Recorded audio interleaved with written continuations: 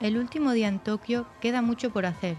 Mientras la expedición está de excursión, Mariola Televisión recorre la ciudad nipona en busca de imágenes.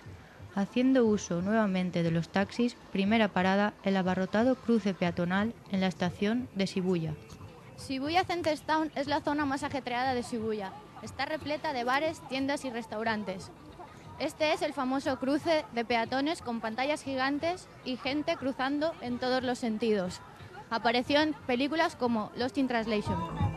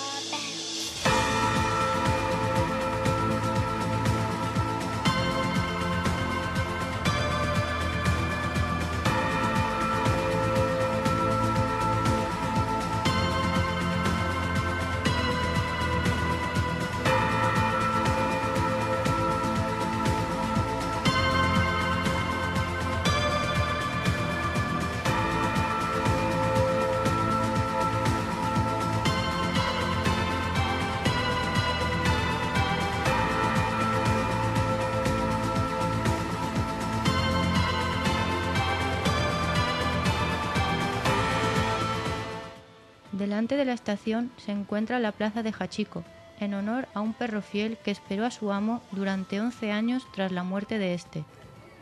La estación de Shibuya es el lugar de encuentro de todos los japoneses. Este que tenemos aquí es Hachiko, un perro que acompañaba a su dueño todos los días a la hora del trabajo y lo esperaba en esta estación a su regreso. Cuando su dueño falleció, el perro siguió esperándolo y aquí sigue.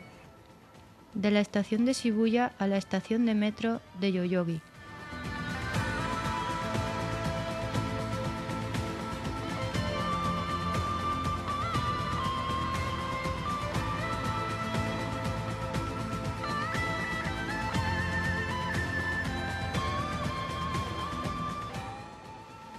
Multitud de trenes pasan a través de las calles de Shibuya, donde los peatones esperan pacientes tras las barreras.